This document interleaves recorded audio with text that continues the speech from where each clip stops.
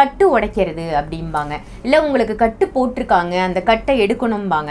இந்த கட்டுன்னு என்ன, எதனால அதை எடுக்கணும் உடைக்கணும்னு சொல்லுவாங்க? பார்த்தீங்கன்னா ஒரு தனிப்பட்ட மனிதனை ஒன்றுமே இல்லாமல் நிராதபணியாக ஆக்கிறதுக்கும் கட்டு போடலாம்.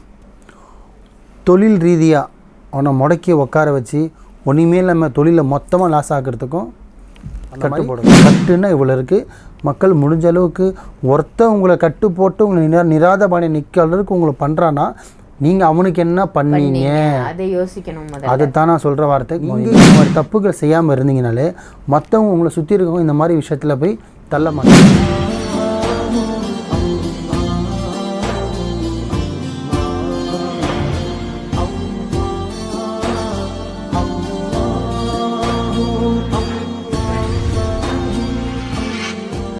மர்ஜின்ம நேயர்கள் அனைவருக்கும் வணக்கம். இன்னைக்கு நம்ம காவாங்கரையில் இருக்கக்கூடிய மாலிக் பாயை தான் சந்திக்க வந்திருக்கோம். வணக்கம் பாய். வணக்கம்மா பாய். இன்னைக்கான கேள்வி என்னன்னா, இப்போ நிறைய மாந்திரிகத்திலையும் சரி இல்லை இந்த சுவாமி ரீதியாக விஷயங்கள் பண்ணுறாங்க இல்லையா, அவங்கெல்லாம் சொல்லக்கூடிய விஷயம் என்னென்னா கட்டு உடைக்கிறது அப்படிம்பாங்க, இல்லை உங்களுக்கு கட்டு போட்டிருக்காங்க அந்த கட்டை எடுக்கணும்பாங்க. இந்த கட்டுன்னு என்ன, எதனால அதை எடுக்கணும் உடைக்கணும்னு சொல்கிறாங்க? ரொம்ப பெரிய வார்த்தை 2 லைனில் கேட்டீங்க. நிறைய மக்களுக்கு பார்த்திங்கன்னா, நிறைய மனுஷங்களுக்கு சராசரி ஒரு மனிதனுக்கு கட்டுனா என்ன அப்படின்னு தெரியாது. இப்போ மாந்திரிகர், ஜோதிடர், சுவாமிகள், குருங்கள் இவங்க எல்லாமே பயன்படுத்துகிற பொருள் தான் வார்த்தை தான் வந்து கட்டுன்னு சொல்லுவாங்க. ஒரு கட்டுனா என்னன்னு கேட்டிங்கன்னா, முழுக்க பார்த்திங்கன்னா ஒரு தனிப்பட்ட மனிதனை ஒன்றுமே இல்லாமல் நிராதபணியாக ஆக்கிறதுக்கும் கட்டு போடலாம்.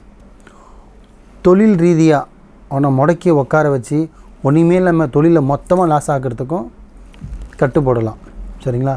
கணவன் மனைவி ஒன்று சேராமல் இருக்கிறதுக்கு, 2 பேரும் அடிச்சுன்னு உருண்டு தனித்தனியாக பிரிக்கிறதுக்கும் கட்டு போடலாம்.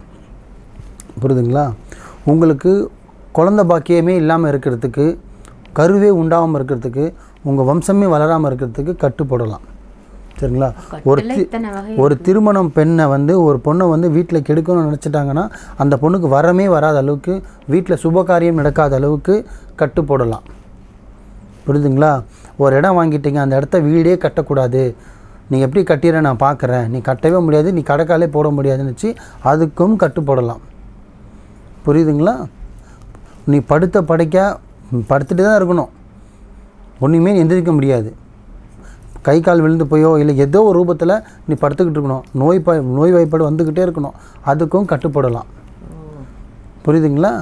உடம்பில் உபாதைகள்லாம் வயிறு வலி, வயிறு உபசனம் பார்த்துருக்கீங்க. நிறைய பேர் வயிறு வந்தது என் ஆஃபீஸில் கூட பார்த்துருப்பீங்க 2-3 தடவை. நீங்கள் வயிறு மட்டும் எல்லா ஸ்கேனும் எடுத்துருவாங்க, எல்லா ரிசல்ட்டும் எடுத்துருவாங்க, எல்லா டிப்டு ஸ்கேனோடையும் எடுத்துருவாங்க. ஆனால் வயிறு உபசனம் வச்சுலாம் ஒன்றுமே இருக்காது. ஹாஸ்பிட்டலில் கேட்டால் கேஸுன்னுவாங்க. சரிங்களா? அந்த மாதிரி விஷயத்துக்கும் கட்டுப்படி. இது எதுக்காக வருதுன்னா, எதுக்கு இந்த வயிறு உபன்னு சொல்கிறேன்னா, இதுவும் பார்த்திங்கன்னா ஒரு மனிதனை உடம்பு உபாதைகள்லாம் உடல் ரீதியாக அவங்களுக்கு பிரச்சனை கொடுக்கறதுக்கும் கட்டுப்படுவாங்க.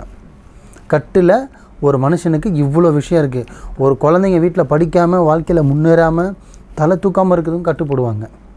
வீடே விருத்திக்கு வராத மாதிரி அப்படியே அடைஞ்சி போய், நீ நிறைய பேர் பார்த்துருப்பீங்க, நல்லா ஓஹோன்னு இருப்பாங்க, சடனாக ஒரு வருஷத்தில் பார்த்திங்கன்னா மொத்தமாக நிராதபணியாக நிற்கிற மாதிரி நிற்பாங்க. அதுவும் கட்டு போடுவாங்க. ஏன் அப்படின்னா, கட்டுன்றது வந்து பார்த்திங்கன்னா, இப்போ எக்ஸாம்பிள் என்கிட்ட ஒருத்தர் வராரு, நல்லா சூப்பராக சம்பாரிச்சிட்ருக்காரு. அவர் பிஸ்னஸ் ரீதியாக நல்லா இங்கே வார்த்தை கவனிச்சிங்க, நல்லா சம்பாதிக்கிறார். மாதம் 5 லட்ச ரூபா 10 லட்சம் சம்பாதிச்சிட்ருக்காரு, சூப்பராக இருக்கார், பென்ஸில் வராரு. சடனாக ஒரு பிஸ்னஸ் ரீதியாக ஒருத்தனை வந்து ஒரு சின்ன ஒரு லாஸ் ஆக்கிடுறாரு, ஒருத்தனுக்கு பேர் கெட்டு போயிடுது. அவன் இவர் பிஸ்னஸ் ரீதியாக அடித்தான், பிஸ்னஸ் ரீதியாக அவனுக்கு தைரியம் தான், நீ அடிச்சிடணும். ஆனால் நம்ம என்ன பண்ணுவாங்க, என்னை அவன் அடிச்சிட்டான், என்னை ஒன்றுமேலாம் பண்ணிட்டான், அவனை எதனா பண்ணுன்னாங்க. அவனை ஒன்றுமே இல்லாமல் அந்த தொழில் ரீதியாக அந்த தொழில் பண்ணதானே நான் தோக்க வச்சான், அந்த அவன் தொழிலே பண்ணக்கூடாது, அதை முடைக்கிறேன்னுவாங்க. அது முடக்க போட்டு அவர் படிக்காக இருக்கணும், உட்காந்த இடத்துல இருக்கணும், பித்து பிடிச்ச மாதிரி இருக்கணும். அதுக்காக அவங்க பேரை வச்சு, அவங்க பயன்படுத்துகிற பொருளை வச்சு, அவங்க புகைப்படத்தை வச்சு, அவங்க வீட்டு மண்ணை வச்சு, இல்லை ஒரு காலடி மண்ணை வச்சு, இல்லை ஒரு தலையை முடி வச்சு பயன்படுத்து தான் கட்டு. அந்த கட்டு தான் இந்த கட்டு. புரியுதுங்களா? இது பேர் வந்து குடுவைன்னு சொல்லுவாங்க. பானை மாதிரி இருக்குது. பானை மாதிரிலாம் இல்லை, பானை தான். சரிங்களா? அந்த மாதிரி இந்த பானையை வந்து பார்த்திங்கன்னா இதுதான் கட்டு. ஆனால் இதை நான் கட்டு போட வைக்கல, நான் யாருக்குமே அழிச்சு பழக்கம் இல்லை எனக்கு. இது வந்து வச்ச கட்டை எடுக்கிறது நான் வச்சுருக்கிறது, கட்டை உடைக்கிறதுக்கு நான் வைக்கிற கட்டு இது. இந்த பானை வந்து பார்த்திங்கன்னா இப்போ நான் சொன்னது ஷார்ட்டாகவே முடிச்சிடுறேன். இவ்வளோ பிரச்சனைகள் இருக்குன்னா அதில் எந்த பிரச்சனை நம்மளை நாடி வர்றாங்களோ அதை சொந்த வீடாக இருந்தாலும் சரி இல்லை வாடகை வீடாக இருந்தாலும் சரி, அந்த வீட்டை வந்து இடமாற சுற்றி இடம் இருக்குன்னா வீட்டில் 4 மூலையில் பள்ளத்தை எடுத்து யார் பேர் மேலே உங்களுக்கு சந்தேகம் இருக்கோ, யார் உங்களை இந்த மாதிரிலாம் ஆக்கியிருப்பாங்கன்னு உங்களுக்கு தோணுதோ அவங்க பேரை சொல்லி 3 தடவை அவங்க பேரை சொல்லி புதைக்க சொல்லுவேன். அதுக்கு ஒன்றும் வேறு மாதிரி சொல்லுவேன், பட் அது அவங்க கேஸ் சம்மந்தப்பட்டது, யார் யாருக்கு என்னென்ன பிரச்சனை இருக்கோ அது சம்மந்தப்பட்டது சொல்லி அதை புதைக்க சொல்லுவேன் 4 மூலையில். இதே வந்து சொந்த வீடு கிடையாதுங்க, நான் 8வது மாடியில் இருக்கேன், ஃப்ளாட்டில் இருக்கேன்றவங்களுக்கு இதே 4 கூடவே பானை எடுத்துகிட்டு போயிட்டு வீட்டுக்குள்ளே 4 மூலையில் கட்டி வைக்க சொல்லுவேன். மறைச்சும் வைக்கலாம், மறைக்காமல் வைக்கலாம், அது உங்களோட விஷயம். ஸோ இதுதான் வந்து கட்டு, புரியுதுங்களா? கட்டுனா இத்தனை வகை இருக்கு, அதை எடுக்கிறதுக்கும் ஆனால் உங்ககிட்ட வழி இருக்கு. ஆமாம், வாழ்க்கையில் ஆரம்பம்னு ஒன்று தான், முடிவுன்னு ஒன்று இருக்கணும் இல்லைம்மா? எல்லாத்துக்குமே ஒரு சொல்லி இல்லாமல் இருக்குல்ல. போடுறதுக்கு 1000 பேர் இருந்தால் காப்பாற்றுறதுக்கு 2 பேர் இருக்க மாட்டானா?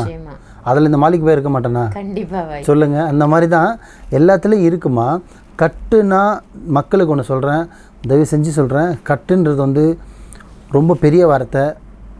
எங்களை மாதிரி ஒரு மாந்திரிகரோ இஸ்லாமியர் பாய்களோ இல்லை கிறிஸ்தவர்களோ இல்லை யாரோ ஒரு வகையில் ஒரு சாமியாரோ ஒரு மாந்திரிகரோ ஒரு மாந்திரிகர்கிட்ட போனீங்க உங்களுக்கு கட்டுப்பட்டுருக்குன்னு சொன்னாங்கன்னா முதல்ல எந்த விதத்தில் போட்டிருக்காங்க, எதற்காக போட்டிருக்காங்க, முதல்ல கேட்டு தெரிஞ்சுக்கோங்க.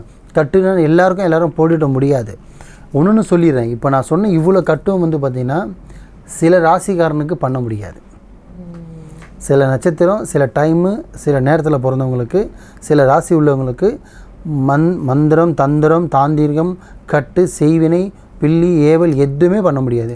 அவரை இயற்கையாக மட்டும்தான் அவரை தாக்கும். செயற்கையாக நம்மளை எதுவுமே பண்ண முடியாது. அந்த மாதிரி ராசி இருக்குது.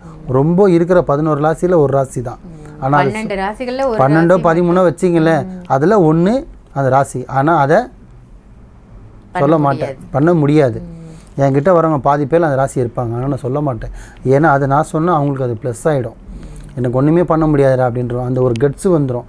அதனால் நீ அடங்கிற தம்பின்னு நான் சொல்லவே மாட்டேன். அந்த ராசிக்காரனுக்கு நம்ம பண்ண முடியாது. கட்டுன்றது இதுதான். கட்டை போட முடியும், கட்டை உடைக்க முடியும். ஏன்னா கட்டில் கொஞ்சம் சில பேர் வந்து வெயிட்டாக போடுவாங்க, அதையும் உடைக்கலாம். எப்படிப்பட்ட கட்டாக இருந்தாலும் நான் உடைக்கிறேன், எப்படிப்பட்ட விஷயமாக இருந்தாலும் நான் எடுத்து கொடுக்குறேன். பட்டு கொஞ்சம் டைம் ஆகும், அவ்வளோதான் விஷயம். எப்படிப்பட்ட கட்டையும் உடைக்கலாம். அந்த மாதிரி கட்டுன்னா இவ்வளோ இருக்குது. மக்கள் முடிஞ்ச அளவுக்கு உங்களை கட்டு போட்டு உங்களை நிராதபாணி நிற்க அளவுக்கு உங்களை பண்ணுறான்னா நீங்கள் அவனுக்கு என்ன பண்ணீங்க அதை யோசிக்கணும். அதுதான் நான் சொல்கிற வார்த்தை மொயினா. நீங்கள் ஏன் விதைக்கிறீங்க? நீங்கள் விதைச்சதால தான் இப்போ அறுவடை பண்ணுறீங்க. நீங்கள் ஏன் கெடுதல் பண்ணுறீங்கன்னு நான் கேட்குறேன். நான் சில பேர் சொல்லுவாங்க நான் உனக்கு துரோகமே பண்ணலைங்கன்னு. உன்னை வந்து ஒரு கட்டு போட்டு நான் அழிக்கிற அளவுக்கு செஞ்சுருக்கானா, அப்போ நீ அவனுக்கு என்ன செஞ்ச? ஒன்று அவனுக்கு மனதால் நீ பாதிப்பு கொடுத்துருக்கணும், இல்லை பணத்தால் பாதிப்பு கொடுத்துருக்கணும், இல்லை குடும்பத்தில் எதனா ஒரு விஷயம் பண்ணியிருக்கணும், இல்லை அவனுக்கு சம்மந்தப்பட்ட விஷயத்த நீ எதனா எடுத்துருக்கணும் இல்லையா? ஒரு தனிப்பட்ட மனிதன் உன் கோவம் பின்னாடி இருந்து உன் குடும்பத்தையே அழிக்கிற அளவுக்கு இருக்கானா, நீ எதுவும் ஒன்று செஞ்சுருக்க. தயவு செஞ்சு நீங்கள் இந்த மாதிரி தப்புகள் செய்யாமல் இருந்தீங்கனாலே மற்றவங்க உங்களை சுற்றி இருக்கவங்க இந்த மாதிரி விஷயத்தில் போய் தள்ள மாட்டாங்க. புரியுதுங்களா? ஏன்னா நோய் வாயிலில் பட்டால் கூட எந்திரிச்சிடலாமா? புரியுதுங்களா? எவ்வளோ பெரிய வியாதி வந்தால் கூட தப்பிச்சிடலாமா? புரியுதுங்களா?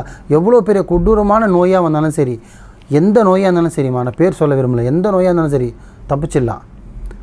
பெருசாக மாற்றம் தெரியாது. மிஞ்சி போனால் சாப்பாடு இறங்காது, ஒரு பொதுவான இடத்துக்கு போக முடியாது. ஆனால் மாந்திரிக வழியாக கட்டு போட்டோ ஏவல் வச்சோ பில்லி இதெல்லாம் வச்சு பாதித்தாங்கன்னா வாழ்கிற நாளே நரகமாகிடுமா. வாழ்கிற நாள் நரகத்தில் வாழ்கிற மாதிரி இருக்குமா. ரொம்ப கஷ்டப்படுவாங்கம்மா. சாப்பிட உணவும் முடியாது, உட்கார முடியாது, தூங்க முடியாது. புரியுதுங்களா? பாத்ரூம் போகிறதுலேருந்து, யூரின் போகிறதுலேருந்து, மோஷன் போகிறதுலேருந்து நான் ஒன்றுமே பண்ண முடியாதுமா. சின்ன சின்ன பிள்ளைங்க கஷ்டப்படுதுமா.